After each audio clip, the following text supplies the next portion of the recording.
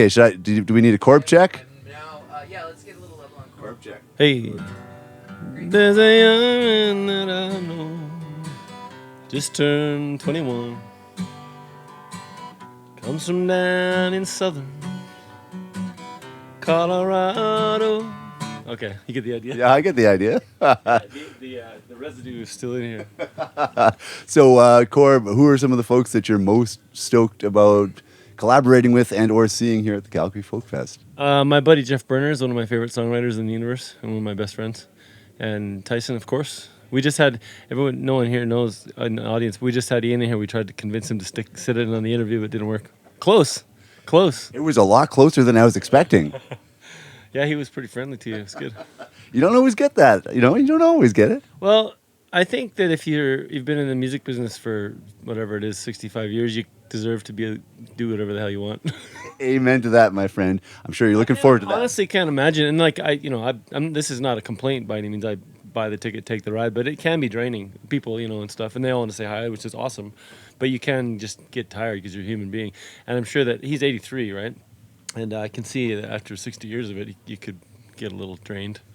I'm pretty sure even at my strapping young age, if I were running a ranch like he is and doing all the stuff he does, I'd probably be a little wore out too. We played together at the Fire Aid thing for Fort Mac a couple weeks ago, and it was great. Like, he sang like a bird, and it was really good, and people just loved it. It was really cool. And I went to his place in Longview. We were rehearsing a little bit the day before, and we moved his cattle on horseback. It was a lot of fun.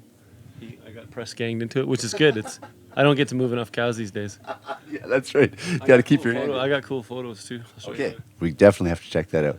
Well, I mean, as a guy growing up in southern Alberta, and being from the background that you are, and doing what you do musically, like how much did it mean to you when you first got to start collaborating with Ian? Because you have been doing that for a while now, right? We've been friends for a long time. It freaked me out at first because well, it's been said that he can be a little crusty at times. But again, I think that's a kind of a tool. I think it's a good. I'm not good at that. He's good at. I've seen him turn it on and then wink at me, which is good because I think it's a. As I was saying, I think probably when you're in the public eye for as long as he's been, it's kind of good to have a bit of a force field up at times, just for sanity, right? But anyway, no, it was good. The first time I met Ian was years ago. There was a tribute concert. Like a lot of us were singing his songs. It was a concert. Schuyler was in on it, and Stuart McDougall was in on it, and a bunch of people. And it was a lot of fun. He showed up at the Calgary one, and that's the first time I'd met him. And he'd heard my record $5 Bill, and I was familiar with him, of course, because he's the patriarch around here, right? And he was great to me then. He's been great to me ever since for years and years. And we've played together lots, and we did a duo tour. Starting with in 2012, it was the centennial of the Stampede, and we put together a little duo show, just the two of us, we took all of our sort of Western themed songs, and it sort of strung them into a loose history of cowboy culture in Alberta in this area, and it was really neat. It was super special for me. Well, I love that tribute disc that came out about a decade back called The Gift, and a whole bunch of great folks were on it. And the song that came out of the concert that I was just talking about. Right. Kinda, yeah. And the song that you do, it's interesting because you and I were both watching Ian at his concert here at the Calgary Folk Fest, and he did the song MC Horses, which you recorded, and he introduced it by saying that this is my favorite cowboy song. So that's kind of neat that you got to have a crack at that one. Yeah, that's actually the one we were doing that night at that tribute show that I met him at 100 years ago. So, well, it's funny. Also, I had a chance to watch Corb Lund and the Hurtin' Albertans doing their sound check on the main stage, and you're getting set for tonight's show. And you did a whole bunch of great old cover tunes, including that fantastic version you do of Geoff Berner's "That's What Keeps the Rent Down." Every time I hear that, it just stays in my brain for like 5. It's amazing. So, he's honestly one of my favorite. I may be biased because we're friends, but I don't think so. He's one of my favorite writers. You guys have toured. Have you heard his "Fuck the Police" song? Oh yeah, absolutely. Yeah. So describe it to those that haven't. Well, I think because this stuff is klezmer, right? And it sort of has, I think, like an Eastern European background. I don't know. It's Daloid Polois or something. I don't remember, but it's something in some Eastern European language. I don't know if it's Hungarian or Romanian, but it basically means "fuck the police." And he gets the whole folk fest audience chanting "fuck the police," which is kind of awesome.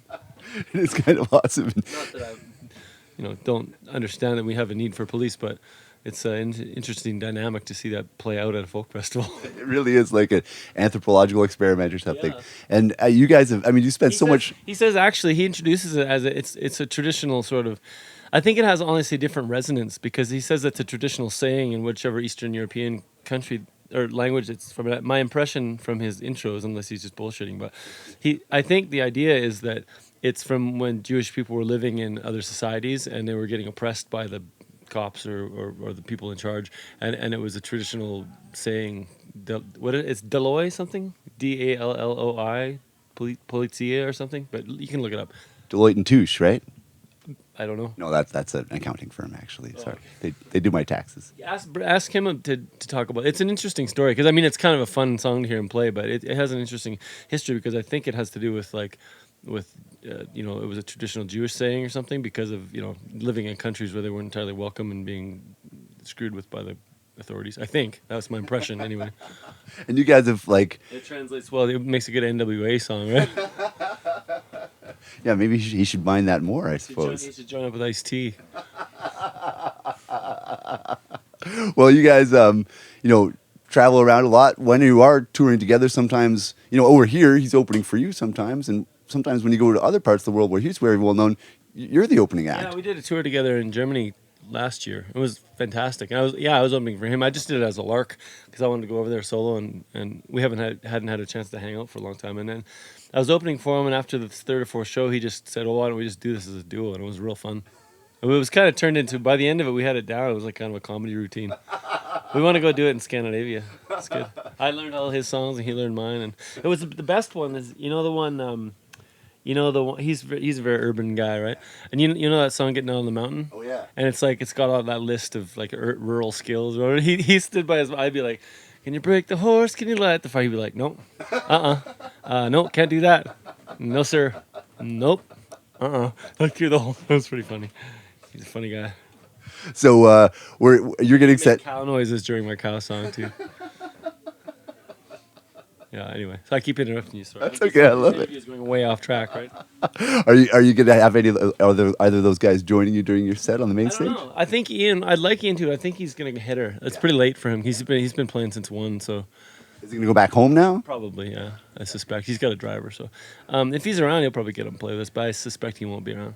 And Berner's playing tonight at the after party, so I may have to crash his stage. Maybe we'll see what happens. I saw him crash yours at the Jubilee in Edmonton a few months ago. You know what's funny is shit. I forgot about this till now, but I have footage. A, it's kind of interesting that it happened. B, it's miraculous I have footage of it.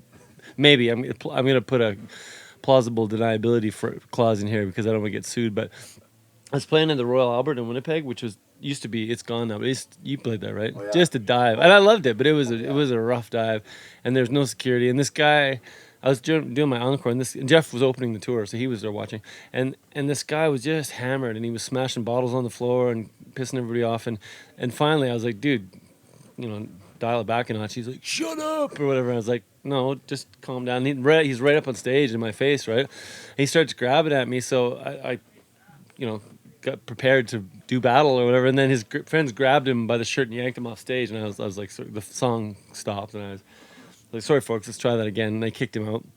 So I started a different song for the encore, and somehow he got back in the bar, got a fresh beer, and got up on stage again, and he's like, "You're abusing your authority." And I was like, "What?" And he's like, "Look, you," and I was like, "Okay, here's the deal." And I was about 1.5 feet taller than him, and he's really drunk. So I put my arm around him like a small boy or whatever. I was like, "Dude, seriously." Like I smiled so the audience would think we're buddies. I was like, "Seriously, dude, you got to get off stage or I'm going to kick your ass."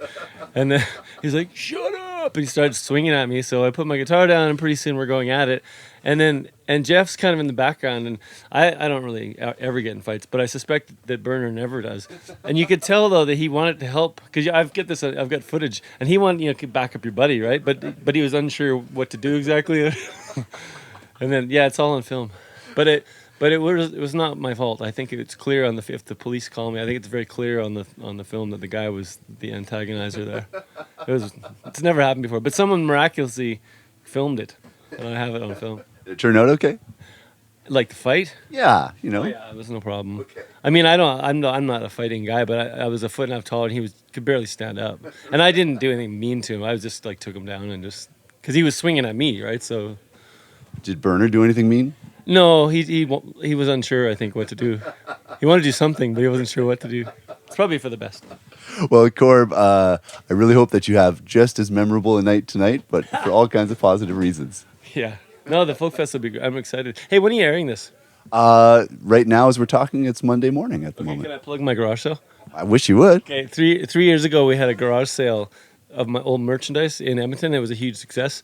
Mostly, my metric for success is cleaning out the basement, and it was fun too. But like it's like odds and ends from 15 years of touring, like two smalls of this shirt and a medium and an extra large of this one. You can't take it on tour. I've got boxes of this stuff. So anyway, August 5th and 5th, 6th, 7th, we're doing a Calgary version. So in Ramsey, in August 5th, 6th, and 7th, we're having like a odds and ends, hard to find rarities, collectibles.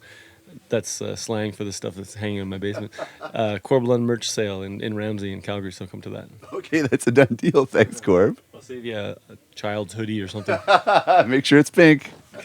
I'll say I got hockey. I literally have Corb Lund hockey pucks that I've been able to unload forever. So I'm right out of pucks. okay, I'll hook you up, buddy. Okay, it's done deal. Thanks, Corby. Okay, see ya. All right, that's Corb Lund on CKUA. Go to his garage sale in Ramsey, August 5th and 6th. And so, yeah. And 7th. The 6th is my birthday. Cool. Well, come on down. Okay, I'll be The there. mayor might come. He Really? threatened to. See, because Iverson came to my Edmonton one. Right. Yeah. Well, you got to challenge him with that. I did. I think hanging around with Ian Tyson all these years probably taught you a trick or two, I imagine. 'Cause every time I see you smile, I can't stop thinking about her, baby. And every time I see you move, all my boys are going crazy.